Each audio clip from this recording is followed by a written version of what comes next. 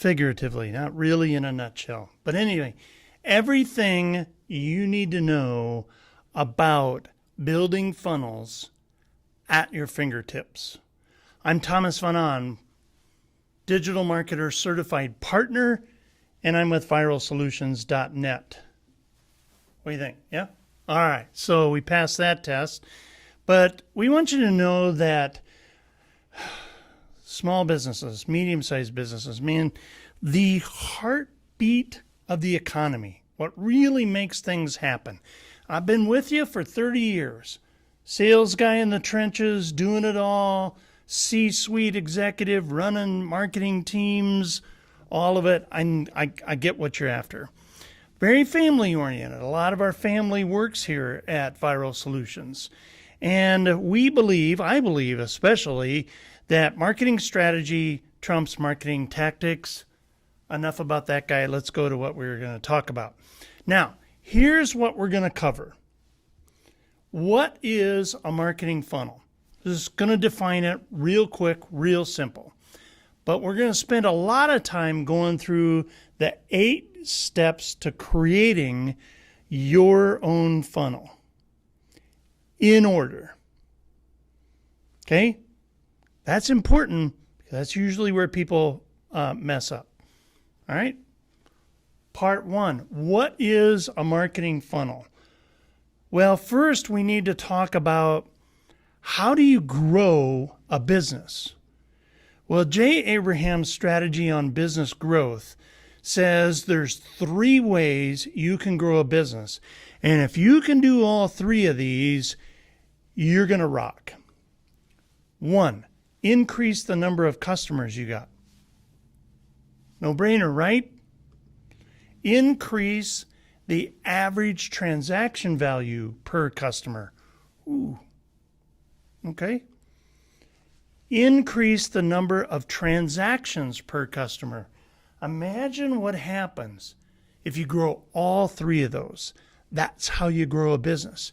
You need to know these metrics off the top of your head, but that's just leading us into why you do marketing funnels. What's a funnel? A marketing funnel is an intentional path that you take your prospect down so that they end up being a happy, satisfied customer. That's the end goal of a funnel. Part 2, I told you part 1 was going to be really short. All right? Short enough for you? Part 2, this is where we get deep.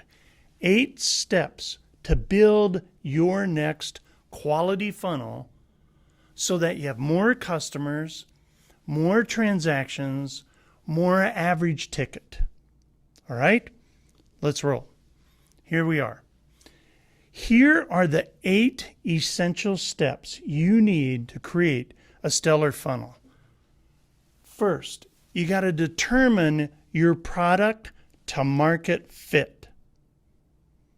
Who you market to, what your product or service is, you got to make sure that's a fit. Most people just throw a product out there and assume somebody's going to buy it. Really, really, really critical. Choose traffic sources widely. That's another step. Offer a lead magnet. Offer an entry point. Offer a core offer. Offer a product maximizer. Build your landing pages and create a return path. 1, 2, 3, 4, 5, 6, 7, 8. No, we're not done. We're going to go in through these in detail. You with me? All right, let's go. 1, determine your product fit. So when we talk about product fit, we're talking about the fit with the marketplace. You need to know your customer in order to efficiently market to them. You've got to know your customer better than they do from their vantage point. Okay? So the better that's how you understand this market fit part. The product itself isn't as critical. It's critical, but it's got to be a fit with the audience. So who is your ideal customer? What's their demographics, their interest, their core values, their day-to-day lifestyle, their resistance to the sale? Yep, we got a sheet for you to know how to do this. What are my customers' frustrations and pain points? What are the problems my customer faces every day? What's getting in the way of their success?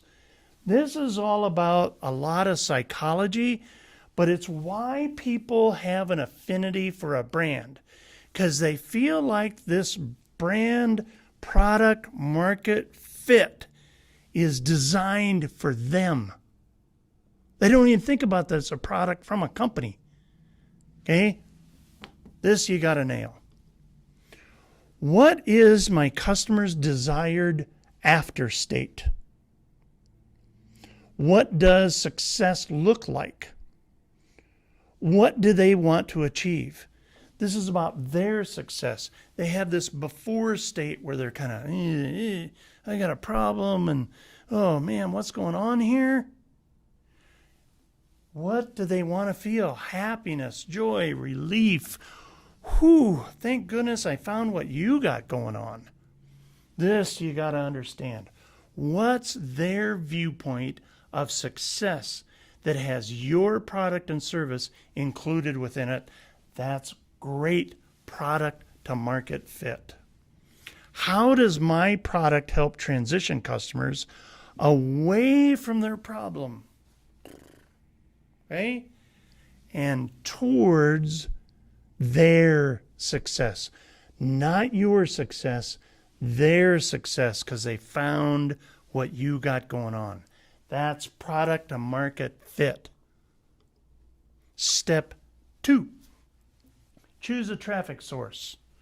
We're not talking cars and trucks.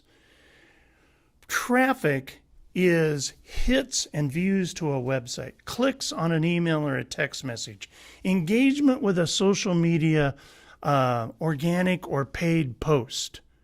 It's people hitting that activity. If you're a speaker or a coach and you got empty seats out there, that's lack of traffic. Full house, people wanted more tickets, that's great traffic. All right?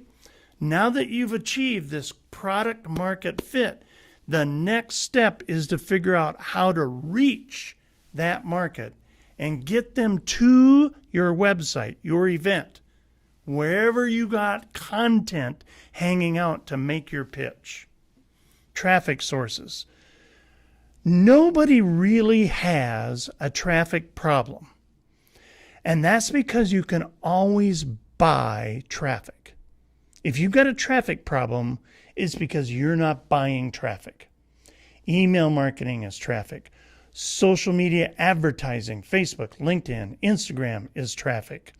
Search and display advertising on Google and Bing can be traffic. Great content marketing draws in traffic. Organic social media that people love to engage with is traffic. Search engine optimization is a way to do traffic. These are tons of ideas, and there's a lot more. There are tons and tons of more places to find or buy traffic. But you got to keep these things in mind when you're making that choice to traffic. Choose the traffic source that's the best place to reach your customer. Cut out the noise and the advice you get from friends and families and competitors and people you admire. The traffic source has to fit your customers, because chances are that your customers play favorites. So you got to do your research and see what platforms your customers are on the most. Do they hang out on LinkedIn more? Facebook more? Are they Twitter people? They love Pinterest and Instagram. They love dinner at a free event. I mean, what is it that they really love to do and hang out and find stuff? All right? That's how you pick a traffic choice, based upon who your customer is. Not anybody else's, yours. Master one traffic source before you decide to use multiple traffic sources. Find one that really works, because buying traffic is about getting people into your funnel, and having them jump around in different sources will only make it take longer to actually acquire those customers. Master one before you add another. If that's Facebook, so be it. Wherever your research shows that your demographic profile hangs out, that's where you take the brain to. Step 3, create a lead magnet. Now that you've decided on a traffic source, it's time to start increasing the number of customers you have, right? Lead magnets. A lead magnet is an irresistible bribe. It gives you a specific chunk of value to a prospect in exchange for their contact information, name, email address, phone number. Get what you can get. Keep trying to get more so that you can target and segment people until your conversion rate on a lead magnet dwindles, and then back off and ask for less. It's an exchange of value. The prospect looks at, oh, they're asking for too much based upon what they're giving me. That doesn't look that valuable. That's how you manage a lead magnet. Keep in mind when creating your own lead magnet that you want to make sure your lead magnet provides a quick win for your customer. I want to make sure that sinks in. This isn't about your quick win. This is about their quick win. Make it specific. You got to make a specific offer in a great lead magnet in order for it to generate high quality leads. There's a correlation going on here. What you give is what you get. Reap, sow. Okay? Step 4, offer entry point. This is mosquito bite entry point. No. Entry point offer. So you've got a great lead. Now it's time to turn them into a customer. I mean, they're thinking, all right, I got something from you. I got it for free. I just gave you my info. And no problem. Boom, man. You want to move them from thinking like a prospect to whipping out that credit, debit card, whatever your form of payment is, and getting them into a customer mindset. And the way you do that is with an entry point offer. An entry point offer is usually $1 to $20, or about 10% of your core value offer. Your other than entry level. Okay, so if you're selling $1,000 widget or $1,000 consulting gig, then this might be more in the 50 to 100 neighborhood, 150 neighborhood. Okay, so there tends to be a ratio between them. But the point is that it's super low priced in relationship to what you really want them to buy. This is your foot in the door purchase, entry level. There's all kinds of types. There's a physical product. There could be a book. There could be, discounted initial services. You know, maybe you're in the service industry and you're shampooing carpets and you're like, hey, I'll come over and clean that couch for $5. They are irresistible, low cost, entry level, and usually break even at best. You're not looking to make money on this. You're looking to acquire a customer, even if you have to buy it.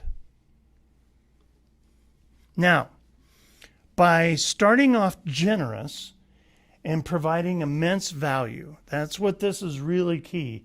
This sets up this relationship of expectations and gets the customer off on the right foot with your business. Make sense? All right. Step 5. Offer a core product. What is a core product? Well, as long as you've over delivered and provided immense value up to this point in your lead magnet and your entry level purchase offer, your customers are usually highly interested in your core offer. If you didn't do a good job at this and you tried to gain a profit, it didn't have amazing, irresistible, I'm satisfied, I love it, you lost money and you're good with that. If you didn't do all of that, that tends to affect your core product offer. So make sure you get this right so that you can move to here. Core offer. Keep this in mind. You don't always have to keep all the profits here. Man, Tom, you keep saying I'm giving away profits, giving away profits. This is how a sales funnel works in really successful companies that do an awesome job at marketing. They're reinvesting. They're taking anywhere from 7 to 30% of what they bring in on their core offer and putting it right back into the business, right back into marketing to grow customers, to grow number of transactions, to grow average ticket value, to grow long-term value. That's how they rock it. Hey, buy more traffic, more customers down the line. Your core offer should still be valuable because you've already over-delivered on your initial offer. So you make sure your core offer delivers just as well, if not better. Step 6, profit maximizer. Hey, finally, we're talking about profit, right? Most successful companies don't start making really good profit margins until they do this. Profit maximizer. A profit maximizer is higher priced purchase that increases the average transaction value per customer. Remember, that was one of the keys to building a great business, right? Transaction value per customer. Profit maximizers come in all kinds of forms. Immediate upsells. McDonald's, you want fries with that? Sure. Now they do meals and all of that, but you can think of things of, hey, do you want this with this? Really quick. Hardly any cost to it, easy to give, throw them in the bag, and away you go. That's an immediate upsell. Cross sales. Frequently bought together. Amazon, man, they rock that one. Great cross sales. Premium subscriptions. People will pay extra if they're treated extra special, insider, hey, I'm better than everybody else, they'll do that. Premium subscriptions. All of these are just different ways you can increase your customer experience and you can make increasing lifetime value. Step 7, create landing pages. A lot of people try to start here. They never get it done and it never works. Because there's 6 stages of planning before you make a landing page on your website, put up a billboard, create a commercial advertisement of any type. You've got all your offers in order, and now it's time to take place to get your customer to learn about it, where to find it, and that's on your landing page, where we're going to drive the traffic to make them land. A landing page is a web page with all the essential information about your offer. See, a lot of people think that people come through the front door of a website. You drive the traffic to a very specific landing page. Your contact page, your About Us page, your home page, they're less important because this is where you bring people to. The About Us contact page and home page are used by people who are checking you out and they aren't really serious. Great marketing happens when I come here, boom, I buy. Okay? That's what a great landing page is. So here's what you're going to need. An attention-getting headline. You use the headline or the name of your offer as inspiration in your landing page. That's a great SEO situation. keywords involved, intention grabbing, highly emotional and charged.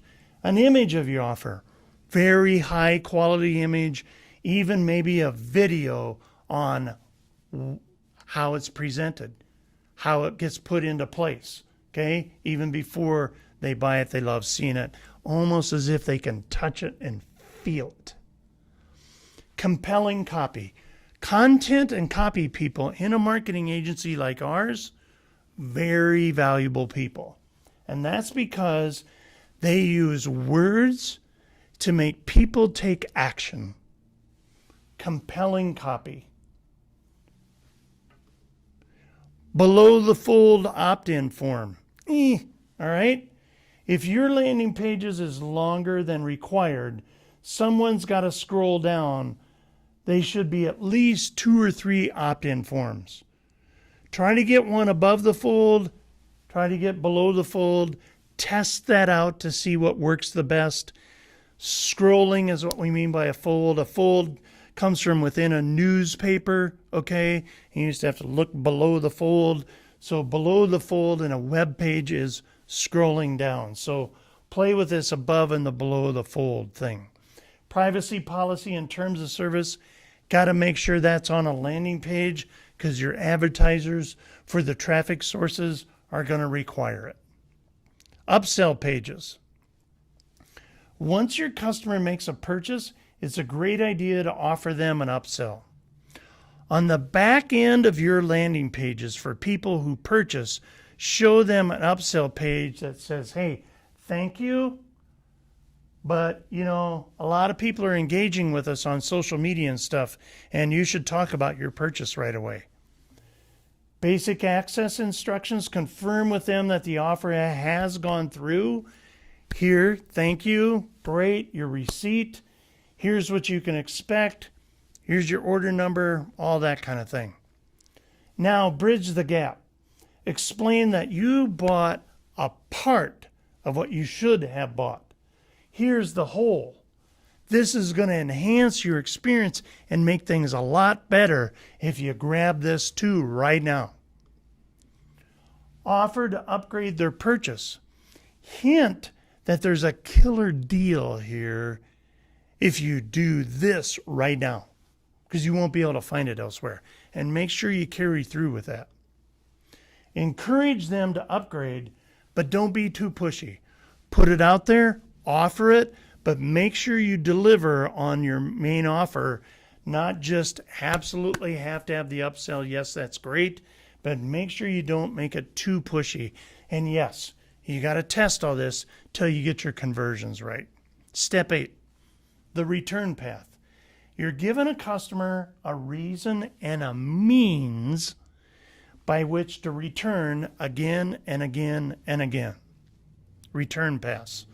A return path is a way to increase transactions. Remember, we talked about that the key way to grow a business is number of customers, average purchase value, long-term value, transactional value, and increase the number of transactions for each customer. It's a way to encourage them to come back to your brand, experience again, do it again. The return path is anything that brings them back frequently, including things like this. Email marketing again, exit offers, organic social media like Twitter, Facebook, and LinkedIn, especially the retargeting side that shows them you bought this, you should buy this. Loyalty programs, more content about the other things that they didn't buy. Outbound sales call. You got phones in your business? Use them. Thank people for buying. Hey, a lot of people buy this. I noticed you didn't. Retargeting of advertising. That ties in with this social media on the other side of the organic component. That's a return path. Whew, that's a lot of stuff. And I want to thank you for being here. Again, I'm Tom with viralsolutions.net. And what you should really do now is make sure you can get into one of our double your sales events. Double it. Double revenue, double sales, double contributions, double donations, whatever you call that top line with your accountant. Double your sales. That's where we really give you the powerful information. Check it out at viralsolutions.net. Maybe even schedule it right now.